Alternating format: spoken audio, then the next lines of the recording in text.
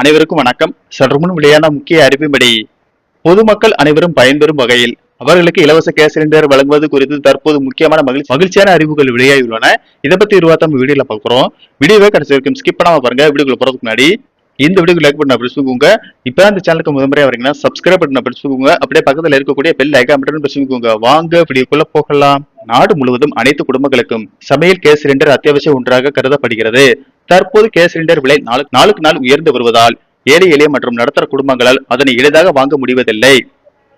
அதனால்தான் இந்த நிலையை மாற்றி ஏழை எளிய பெண்களின் ஆரோக்கியத்தை பாதுகாக்கும் அவர்களுக்கு பொருளாதார ரீதியாக உதவும் மத்திய அரசால் கொண்டுவரப்பட்டதுதான் பிரதம மந்திரி உஜ்வாலா யோஜனா திட்டம் ஆகும்.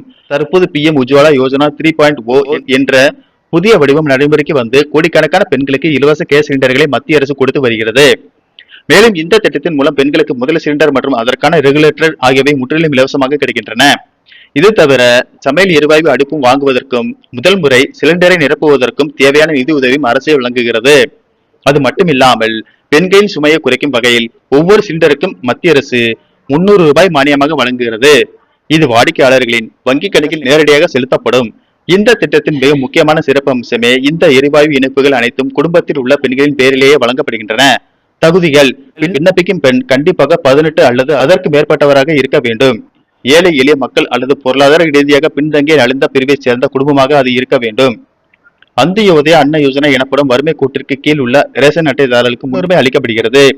எல்லாவற்றிற்கும் மேலாக விண்ணப்பதாரரின் குடும்பத்தில் ஏற்கனவே எந்த ஒரு LPG எரிவாயு இருக்கக்கூடாது.